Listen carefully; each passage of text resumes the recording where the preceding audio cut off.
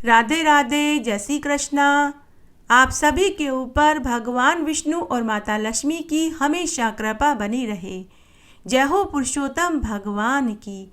एक बार आप भी मेरे साथ प्रेम से, भाव से पुरुषोत्तम भगवान के नाम का जयकारा लगाइए।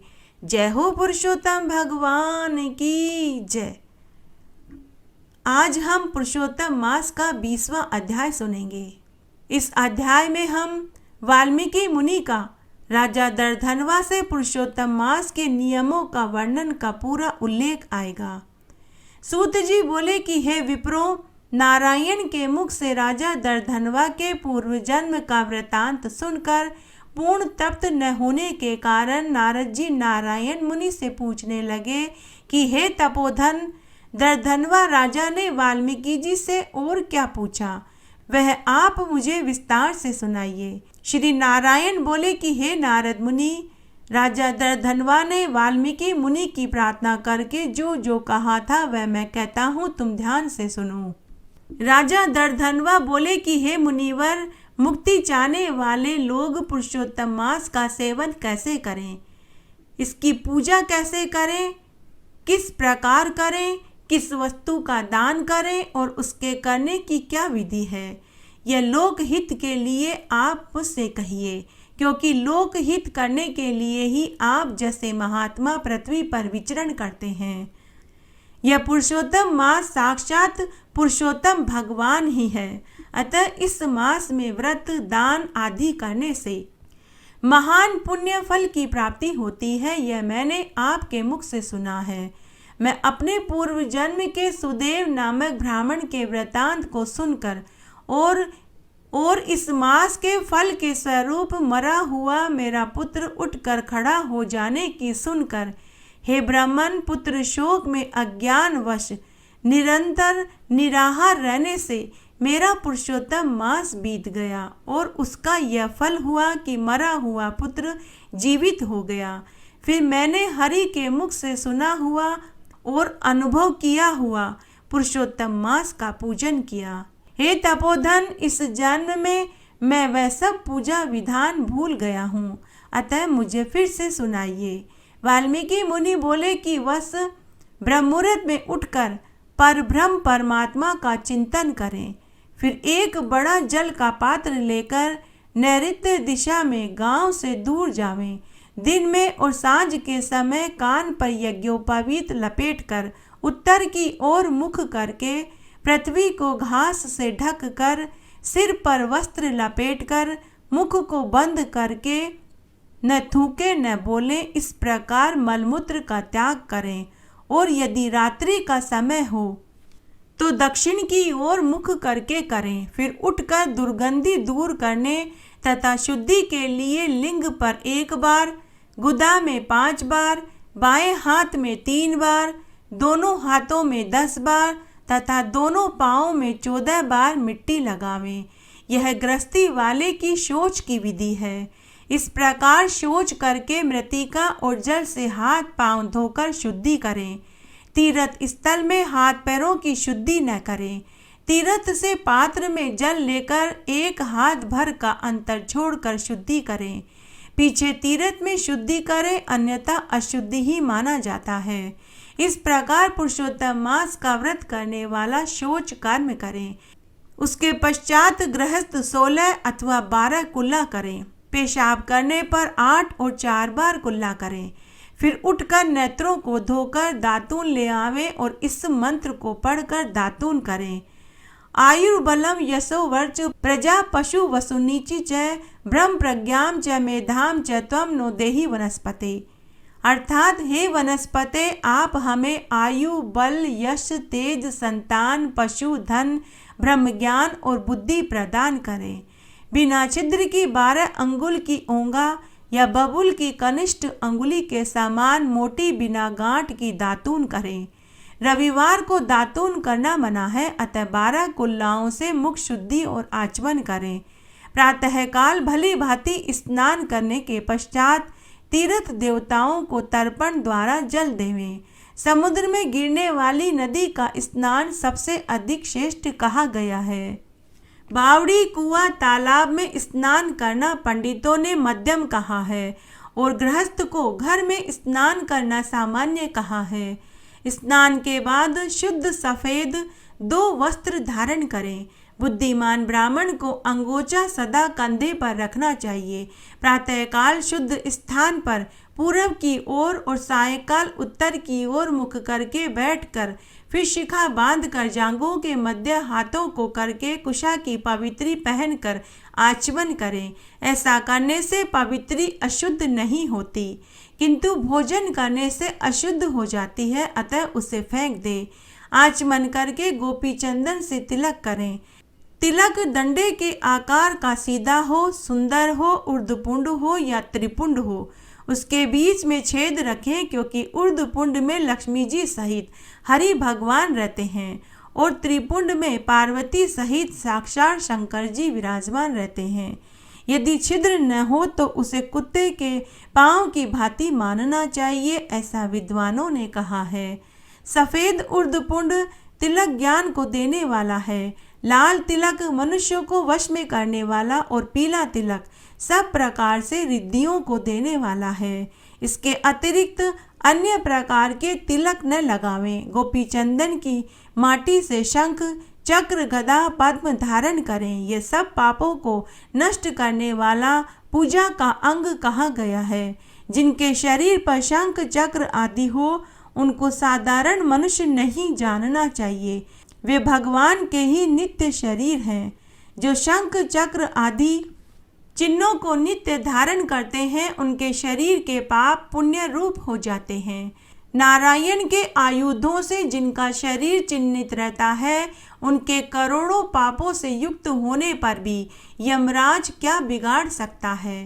फिर प्राणायाम कर संध्या वंदन करें। प्रातःकाल की संध्या जब तक तारे दिखते हों तब तक यथा विधि करें। जब तक सूर्य नारायण का दर्शन न हो तब तक गायत्री मंत्र का जाप करते रहें। फिर सूर्य के मंत्र से सूर्य के सामने खड़े होकर अंजलि दें और सायंकाल के समय भूमि पर अपने पैरों को करके नमस्कार करें। यदि कोई कमी रह गई हो तो इस मंत्र को बोल करके पूर्ति करें। यस्य स्मृत्या नामुक्त्या तपो यज्ञ क्रियादिषु न्यूनम संपूर्णता याति सदो वंदे तम च्युतम। जो ब्राह्मण, क्षत्रिय, वैश्य श्रद्धा और भक्ति भाव से संध्या वंदन करते हैं, उनको तीनों लोकों में कोई भी वस्तु कठिन नहीं होती। यह दिन के प्रातःकाल का कर्म है।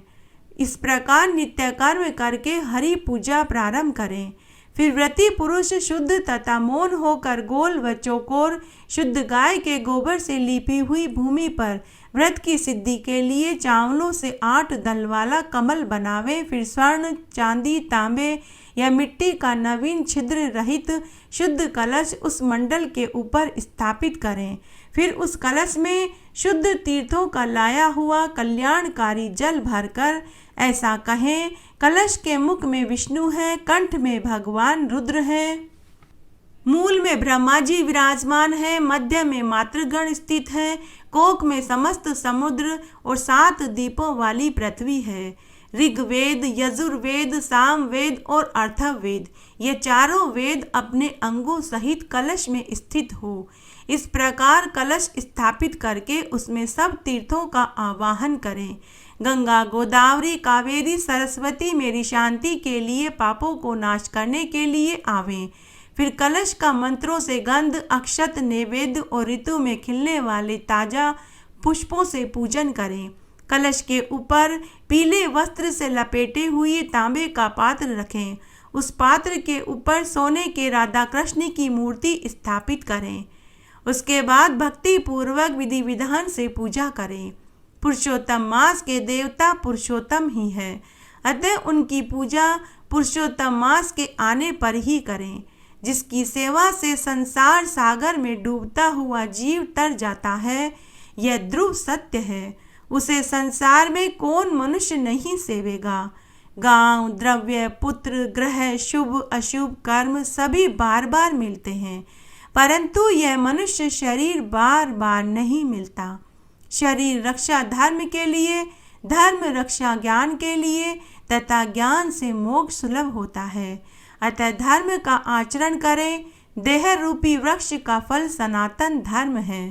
धर्महीन मनुष्य का शरीर बांझ वृक्ष की भांति निष्फल है। माता पिता मित्र स्त्री पुत्र भाई द्रव्य आदि कोई सहायक नहीं होता, केवल धर्म ही सहायक होता है। वृद्धावस्था सिंहनी की भांति डराती है। व्याधियां शत्रु के समान पीड़ित करती है। फूटे हुए बर्तन से जैसे जल टपकता है, उसी प्रकार प्रतिदिन आयु क्षीण होती रहती है। लक्ष्मी जल तरंगों के समान चंचल होती है। जवानी फूल की तरह क्षण भर में भुर्जा जाती है। सांसारिक सुख भोग स्वप्न की भांति व्यर्थ है। द्रव्य और मन चंचल है। संसार के सुख नाशवान है। ऐसा जानकर विरक्त हो धर्म कार्य में तत्पर रहें। सर्प से आधा निकला हुआ मेंढक भी पुनः मक्खी खाने की इच्छा करता है। उसी प्रकार काल से ग्रसित हुआ जीव भी दूसरे को पीड़ा देने, धन के अपहरण करने की लालसा करता है। मृत्यु के मुख में गए हुए आयु वाले पुरुष को क्या सुख आनंदित कर सकता है? पशु को वध स्थल पर ले जाने पर उसका भागना निरर्थक है। जब धर्म के लिए चित्त प्रबल होता है, तब उस समय धन का मिलना सुलभ नहीं होता, और जब पास में धन है तब धर्म की ओर चित्त नहीं होता। जब धर्म कार्य में चित्त और धन दोनों होते हैं, तब उस समय सत्पात्र नहीं मिलता।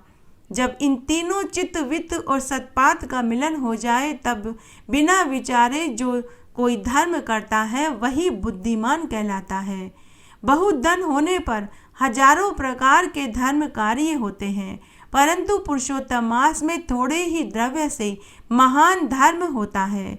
स्नान दान कथा में विष्णु भगवान का स्मरण होना, इतना ही सद्धर्म किया जाए तो वह महान भय से बचा देता है। जैसे गंगा ही तीर्थ है, कामदेव ही धनुर्धर है, विद्या ही धन है और गुण ही सौंदर्य है, वैसे ही सब मासों में साक्षात पुरुषोत्तम मास है। यदि यह मास पहले सब यज्ञ आदि धर्म कार्यों में निंदनीय था, तथापि साक्षात कृष्ण भगवान के नाम के प्रभाव से यह पृथ्वी पर विख्यात हुआ। जैसे सब प्राणियों के पैर हाथी के पांव में समा जाते हैं, वैसे ही सब धर्म और कलाएं पुरुषोत्तम मास में विलीन हो जाती है। जैसे गंगा जी के समान सब नदी नहीं, वैसे ही कल्प वृक्ष की भांति सभी वृक्ष नहीं होते। जैसे पृथ्वी पर चिंतामणि के तुल्य अन्य रत्न नहीं होते, गौओं में कामधेनु के समान अन्य कोई गाय नहीं हो सकती, राजा के समान अन्य कोई पुरुष नहीं हो सकता, वेदों के समान अन्य कोई शास्त्र नहीं हो सकता, वैसे ही पुरुषोत्तम मास के समान कोई पुण्यकाल नहीं हो सकता। पुरुषोत्तम मास जैसा कोई मास नहीं। इसके देवता स्वयं पुरुषोत्तम भगवान है। अतः श्रद्धा भक्ति से पुरुषोत्तम भगवान की पूजा करें। शास्त्रों में निपुण शुद्ध सत्यवादी वैष्णव ब्राह्मण आचार्य के द्वारा पूजा करावें। अंतःकरण में होने वाले काम क्रोध लोभ मोह मद मत्सर रूपी बड़ी मच्छियों से अत्यंत गंभीर वेग वाले इस संसार सागर को जो लोग लांघना चाहें, तो इस भरत खंड में आदि देव पुरुषोत्तम की ही विधिवत पूजा करनी चाहिए। स्वयंभू मनु के पुत्र उत्तानपाद थे, जिनकी 2 रानियां थीं, एक सुनीति और दूसरी सुरुचि। छोटी रानी सुरुचि पर राजा का अधिक प्रेम था। उससे उत्तम नामक पुत्र पैदा हुआ और सुनीति से दुव्रजी पैदा हुए। राजा हमेशा सुरुचि के महल में ही रहते थे। एक दिन राजा उत्तानपाद सुरुचि के पुत्र उत्तम को गोद में बिठाकर प्यार कर रहे थे। उसी समय ध्रुवजी बालकों के साथ खेलते खेलते वहां पहुँचे और पिता की गोद में बैठने की इच्छा करी, परंतु सुरुचि के भय से राजा ने उसकी ओर देखा भी नहीं। वे बालक थे, इससे सिंहासन पर चढ़ नहीं सकते थे। अतः उन्होंने कई बार पिता को पुकारा, परंतु राजा ने ध्यान नहीं दिया। तब सुरुचि राजा के समीप ही बड़े अभिमान पूर्वक बोली कि हे वत्स, तू राजा की गोद में सिंहासन पर बैठने की इच्छा करता है, तू उसके योग्य नहीं है। तू ये इच्छा मत कर, क्योंकि तू मेरे गर्भ से नहीं पैदा हुआ। तू राज सिंहासन का अधिकारी तभी होता जब तू मेरे गर्भ से पैदा होता।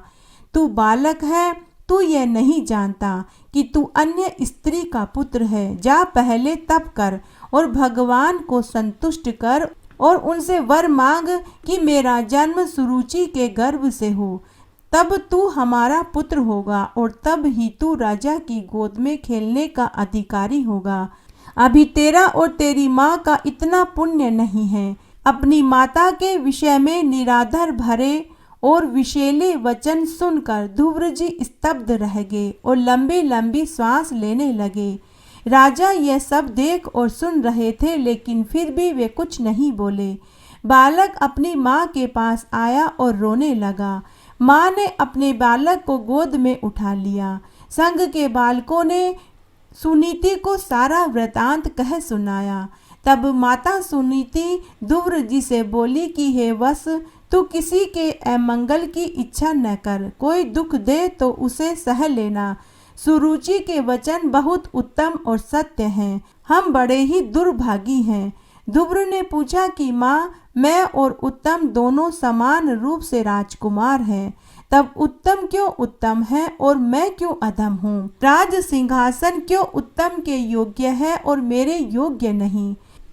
तब सुनीति ने अपने पुत्र ध्रुव से कहा कि बेटा, सुरुचि और उसके पुत्र ने पूर्व जन्म में बड़े भारी पुण्य किए होंगे, इसी से वे यह सुख भोग रहे हैं। पुण्य से ही राज सिंहासन मिलता है। यदि तुझे भी राज सिंहासन पर बैठने की इच्छा है तो वी माता ने जो यथार्थ बात कही है उसी का द्वेष भाव छोड़कर पालन कर और श्री अध्वजत भगवान के चरण कमलों की सेवा कर। देख, उन श्री हरि के चरण कमलों की आराधना करने से श्री ब्रह्मा जी को भी सर्वोच्च पद प्राप्त हुआ था। माता के ऐसे वचन सुनकर बालक ध्रुव वही निश्चय करके माता को प्रणाम कर आशीर्वाद लेकर वन में चला गया। जब नारद मुनि ने यह सुना तो वे बड़े विस्मित हुए कि अहो, क्षत्रियों का कैसा अद्भुत तेज है।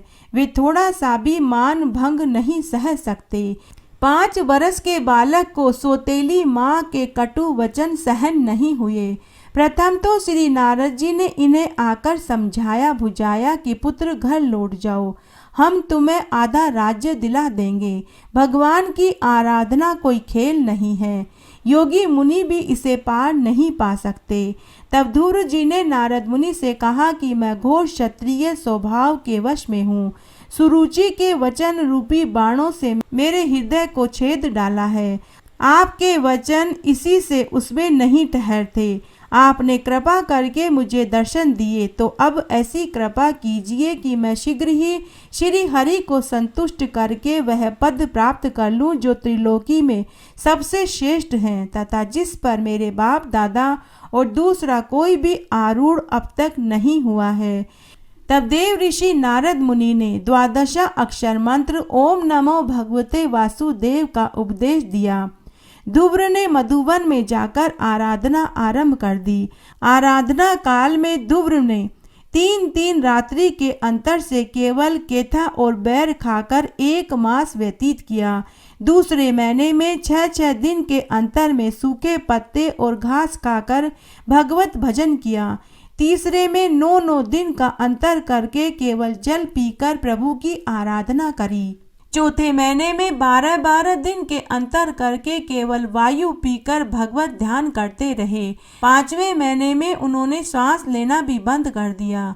भगवान की अतिशय प्रबल माया ने इसी बीच विविध विघ्न भी डाले, परंतु ध्रुव की ध्रुव निष्ठा के सामने सभी पराजित हो गए। ध्रुव के तप से तप्त देवताओं ने भगवान श्री हरि की पुकार करी। भगवान तो ऐसे महाभागवत का दर्शन करने के लिए समलालायित रहते हैं। वे गरुड़ पर आरूढ़ होकर मधुवन में आ गए। प्रभु का दर्शन पाकर बालक ध्रुव परम आनंद को प्राप्त हुआ। वह प्रेम से अधीर हो उठा। उसने पृथ्वी पर दंडवत होकर प्रणाम किया और हाथ जोड़कर सिर झुकाए विनयवत बालक ध्रुव प्रभु के सामने खड़े होकर स्तुति करने लगे। सर्वांतयामी श्री हरि ने कृपा करके अपने वेद में शंख को उनके कपोल से छुआ दिया। दूर को तत्काल दिव्य वाणी प्राप्त हो गई और वे भगवान की स्तुति करने लगे। इस प्रकार भगवान ने ध्रुव को वरदान देकर श्री हरि अवतार दिया। एक बार बहुत छोटा सा गांव था। उस गांव में एक ब्राह्मण दंपति अपने 2 बेटों के साथ रहते थे। बड़े बेटे का विवाह हो चुका था, लेकिन छोटा बेटा उनका मंद बुद्धि था। लेकिन छोटा बेटा बड़ा ही सीधा, सरल और ईमानदार था। छोटा बेटा कोई काम धाम नहीं करता था। तब एक बार की बात है, ब्राह्मण दंपति की अज्ञात बीमारी से मृत्यु हो गई। बड़े भाई भाभी ने कुछ समय तक तो भोला को अच्छे से रखा, लेकिन एक दिन भोले की शरारतों से परेशान होकर भाई और भाभी ने उसे घर से निकाल दिया। भोला रोता हुआ गांव में इधर उधर भटकने लगा। अंत में वह एक आश्रम में पहुंचा। भोला ने देखा वहां बहुत से भक्त पूजा पाठ कर रहे थे। भोला आश्रम में गया और एक भक्त से पूछने लगा कि क्या मैं यहाँ रह सकता हूँ। तो वह भक्त भोले को लेकर आश्रम के गुरुजी के पास गया और बोला कि गुरुजी, यह व्यक्ति हमारे साथ रहना चाहता है। भोला ने गुरुजी को प्रणाम किया और बोला कि गुरुजी, क्या मैं आपके साथ यहाँ आश्रम में रह सकता हूँ। तो गुरुजी ने कहा कि तुम रह सकते हो, लेकिन यहाँ सब कुछ न कुछ काम करते हैं। तुम कौन सा काम जानते हो? तो भोला बोला, गुरुजी, मुझे तो कोई काम धाम नहीं आता। तो गुरुजी मुस्कुराते हुए बोले कि बेटा, कोई बात नहीं, तुम रोज सुबह शाम पेड़ पौधों में पानी दे दिया करो। अब भोला आश्रम में रहने लगा। वह आश्रम के पेड़ पौधों में पानी देने लगा और साफ सफाई करने लगा। तब एक दिन की बात है कि एकादशी तिथि आई। भोला ने रसोई में जाकर रसोइये से खाना मांगा, लेकिन रसोइये ने कहा कि भाई, आज तो एकादशी है, आज के दिन सभी उपवास रखते हैं, कोई भी अन्न नहीं खाता, तुम भी ये 2 केले और अमरूद ले जाओ। तब भोला गुरुजी के पास गया और बोला कि गुरुजी, आज मुझे रसोइये ने खाना नहीं दिया। गुरुजी बोले कि बेटा, आज तो एकादशी है, आज यहाँ सभी उपवास करते हैं, कोई भी अन्न नहीं खाता, तुम्हें भी उपवास रखना होगा। तो भोला गुरुजी से बोला कि गुरुजी, मैं भूखा नहीं रह सकता, अगर मैं भूखा रहूँगा तो मर जाऊँगा। तो गुरुजी उसके भोलेपन से मुस्कुराते हुए बोले कि बेटा, अगर तुम्हें भोजन खाना है तो तुम्हें खुद बनाना होगा। तुम रसोइये से आटा, दाल, तेल, घी, शक्कर ले जाओ और नदी के किनारे जाकर स्वयं अपना भोजन बना लो और खा लो। इस पर गुरुजी ने रसोइये को बुलाकर भोला को आटा, दाल आदि सभी सामग्री देने को कहा। तब रसोइये ने 2 जनों जितना उसे आटा, दाल, तेल, घी और चीनी दे दी। भोला जब जाने लगा तो गुरुजी ने कहा कि पुत्र, जब तुम भोजन बना लो तो भगवान राम को भोग लगाना, उसके बाद ही तुम भोजन खाना। उसके बाद सारी सामग्री लेकर भोला नदी के तट पर गया। सबसे पहले उसने स्नान किया, उसके बाद लकड़ियां इकट्ठी करके उसने चूल्हा बनाया और रोटी और दाल बनाई। जब वह खाने बैठा तो उसे गुरुजी वाली बात याद आई। तब उसने एक थाली में भोजन परोसा और पानी का गिलास रखकर भगवान राम को बुलाने लगा कि हे रामचंद्र भगवान जी, हे रामचंद्र भगवान जी, आ जाइए, मैंने भोजन बना लिया है, आकर खा लीजिए। बार बार वह इसी तरह आवाज़ें लगाता रहा। ऊपर बैकुंठ में भगवान राम और माता सीता उसकी बातें सुन रहे थे। तब भगवान राम को माता सीता ने कहा कि हे ईश्वर, आपका भक्त आपको भोजन खाने के लिए बुला रहा है। तब भगवान राम ने कहा कि हे सीते, आज तो एकादशी है, आज मैं एकादशी पर कैसे अन्न खा सकता हूँ। तब माता सीता ने कहा कि भक्त के लिए तो भगवान कुछ भी कर सकते हैं, अतः आपको उसकी मदद करनी ही पड़ेगी। तब भगवान राम माता सीता को लेकर वहां प्रकट हो गए। तब भोला बोला कि भगवान, आप बहुत देर लगाते हो, आप जल्दी आया करो। फिर भोला ने मन ही मन सोचा कि गुरुजी ने तो कहा था कि भगवान राम को भोग लगाना है, लेकिन भगवान राम तो माता सीता को लेकर आए हैं। फिर वह मन ही मन सोचने लगा कि चलो कोई बात नहीं, अगली बार मैं ज़्यादा खाना बनाऊंगा, मैं आज भूखा ही रह जाता हूँ। फिर भोला ने भगवान राम और माता सीता को भोजन परोस दिया। भगवान राम और माता सीता भोजन करके वापस अपने लोक को चले गए। इस तरह फिर से 15 दिन निकल गए। 15 दिन बाद फिर दोबारा एकादशी तिथि आई। उस दिन भी आश्रम में भोजन नहीं बना। भोला फिर से गुरुजी के पास गया और बोला कि गुरुजी, अब की बार आप मुझे रसोइये से आटा दाल ज़्यादा दिलवा देना। पिछली बार एकादशी को मुझे भूखा ही रहना पड़ा क्योंकि भगवान राम के साथ माता सीता भी आ गई थी। इस बात को गुरुजी ने मजाक समझा। गुरुजी को लगा कि इसे खुद को ज़्यादा भोजन करना होगा। तब गुरुजी ने रसोइये को कहा कि तुम इसे ज़्यादा आटा दाल तेल चीनी दे देना। फिर से भोला नदी किनारे गया, स्नान करा, चूल्हा जलाया और भोजन बनाने लगा। जब भोजन बनकर तैयार हो गया तो भोला ने वापस भगवान राम को भोग लगाने के लिए आवाज़ लगाई। फिर भोला ने वापस भगवान राम और माता सीता को खाना खाने के लिए बुलाया। अब की बार भगवान राम, माता सीता सहित लक्ष्मण, भरत और शत्रुघ्न भी आ गए। सबको आया देखकर भोला को आश्चर्य हुआ। वह मन ही मन सोचने लगा कि अब की बार तो मुझे फिर से भूखा रहना पड़ेगा। इस तरह अनायास ही भोला की 2 एकादशी का उपवास हो गया। जब भगवान राम, माता सीता सहित सभी भाइयों के साथ खाना खाकर जाने लगे तो भोला भगवान राम से बोला कि हे भगवान, अब की बार आप मुझे पहले ही बता दीजिए आप कितने जन खाना खाने के लिए आओगे, मैं उतने ही लोगों का भोजन बनाऊंगा। तब भगवान थोड़ा सा मुस्कुराए और अंतर्ध्यान हो गए। इस तरह 15 दिन बाद फिर एकादशी तिथि आई। भोला फिर गुरुजी के पास गया और बोला कि गुरुजी, आपने तो कहा था कि भगवान राम को भोग लगाना है, लेकिन भगवान राम एक बार तो माता सीता को लेकर आए, लेकिन दूसरी एकादशी के दिन वे अपने सभी भाइयों को लेकर आ गए। मैं तो दोनों एकादशियों को भूखा ही रह गया। अब की बार आप मुझे बहुत सारा आटा दाल और तेल घी दिलवा देना। इस बार गुरुजी को भोले की बातों पर शक हुआ। उन्होंने रसोइये से कहा कि इसे जितना भी आटा दाल तेल घी चाहिए इसे दे दो। इस तरह भोला नदी के किनारे गया और स्नान करके भोजन बनाने लगा। उधर गुरुजी भोले के पीछे पीछे गए और एक पेड़ के पीछे खड़े होकर भोले को देखने लगे। जब भोजन बनकर तैयार हो गया तो भोला ने भगवान को आवाज लगाई कि हे भगवान राम, हे माता सीता, भोजन बनकर तैयार हो गया है, आप आकर भोजन कर लीजिए। तभी वहां एक देव विमान उतरा। उसमें से भगवान राम, माता सीता, भरत, लक्ष्मण, शत्रुघ्न और अब की बार हनुमान जी भी आए। भोले को भूखे रहने की आदत पड़ चुकी थी। उसने बड़े ही तन्मय मन से, बड़े ही भाव से भगवान को भोजन खिलाया। भोजन खाकर वे सभी भोला को आशीर्वाद देकर देव विमान में बैठकर अंतर्ध्यान हो गए। गुरुजी पेड़ के पीछे खड़े यह सबको देख रहे थे। उनके तो होश ही उड़ गए। गुरुजी पेड़ के पीछे से भागे भागे भोला के पास आए और उसके चरण पकड़कर बोले कि बेटा, मैंने पूरी उम्र एकादशी का व्रत और पूजन किया, लेकिन मुझे यह सुख नहीं मिला जो तुम्हें मिला। तू धन्य है बेटा, तेरी सरलता और सादगी से भगवान ने तुझे न केवल दर्शन दिए बल्कि एकादशी के दिन तुझे व्रत करवा के सब उन्होंने अन्न खाया। बेटा तू धन्य है, आज तेरी वजह से मुझे भगवान के दर्शन हुए। बेटा तू धन्य है, धन्य है, आज तेरी वजह से मुझे भी भगवान के दर्शन हुए। भगवान के दर्शन पाकर तूने मुझे भवसागर से पार करा दिया। आइए अब हम पुरुषोत्तम भगवान की आरती सुनते हैं।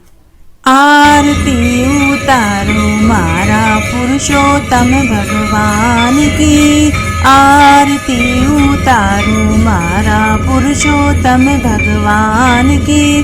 ठाकुर जी की सेवा में राम नाम बोलती, ठाकुर जी की सेवा में राम नाम बोलती। गाय की सेवा में मारे गोबर पानी बाड़ा में, गाय की सेवा में मारे गोबर पानी बाड़ा में। आरती उतारो मारा पुरुषोत्तम भगवान की, आरती उतारो मारा पुरुषोत्तम भगवान की। ठाकुर जी की सेवा में गंगा जल जारी में, ठाकुर जी की सेवा में गंगा जल जारी में। गाय की सेवा में मारे दूध भरा चचरी में, गाय की सेवा में मारे दूध भरा चचरी में आरती उतारूं मारा पुरुषोत्तम भगवान की आरती उतारूं मारा पुरुषोत्तम भगवान की। ठाकुर जी की सेवा में तिलक धरा चमचा में ठाकुर जी की सेवा में तिलक धरा चमचा में गाय की सेवा में मार घी धरो घड़ला में गाय की सेवा में मार घी धरो घड़ला में आरती उतारूं मारा पुरुषोत्तम भगवान की आरती उतारूं मारा पुरुषोत्तम भगवान की। ठाकुर जी की सेवा में माखन मिश्री दोना में ठाकुर जी की सेवा में माखन मिश्री दोना में गाय की सेवा में मार छाछ राबड़ी थाली में गाय की सेवा में मार छाछ राबड़ी थाली में आरती उतारूं मारा पुरुषोत्तम भगवान की आरती उतारूं मारा पुरुषोत्तम भगवान की। ठाकुर जी की सेवा में नितूट मंदिर जावती ठाकुर जी की सेवा में नितूट मंदिर जावती गाय की सेवा में मारे नित बुआरा लगावती गाय की सेवा में मारे नित बुआरा लगावती आरती उतारूं मारा पुरुषोत्तम भगवान की आरती उतारूं मारा पुरुषोत्तम भगवान की। ठाकुर जी की सेवा में सखियां खड़ी छे मंदिर में ठाकुर जी की सेवा में सखियां खड़ी छे मंदिर में गाय की सेवा में मारे 7 ग्वाला आंगन में गाय की सेवा में मारे 7 ग्वाला आंगन में आरती उतारूं मारा पुरुषोत्तम भगवान की आरती उतारूं मारा पुरुषोत्तम भगवान की। ठाकुर जी की सेवा में तुलसी माला फेरती ठाकुर जी की सेवा में तुलसी माला फेरती गाय की सेवा में मारे गणे कुमारी सोना की गाय की सेवा में मारे गणे कुमारी सोना की आरती उतारूं मारा पुरुषोत्तम भगवान की आरती उतारूं मारा पुरुषोत्तम भगवान की। ठाकुर जी की सेवा में बैकुंठा में जावती ठाकुर जी की सेवा में बैकुंठा में जावती गाय की सेवा में मैं तो वेतरणी तर जावती गाय की सेवा में मैं तो वेतरणी तर जावती आरती उतारूं मारा पुरुषोत्तम भगवान की आरती उतारूं मारा पुरुषोत्तम भगवान की। इस तरह आज हमने पुरुषोत्तम मास का 20वां अध्याय सुना। आशा करती हूँ यह आपको जरूर पसंद आएगा। मेरे साथ बने रहने के लिए आपका धन्यवाद। आगे आने वाली कथा कहानियों के लिए भी आप इसी तरह मेरे साथ बने रहें। धन्यवाद।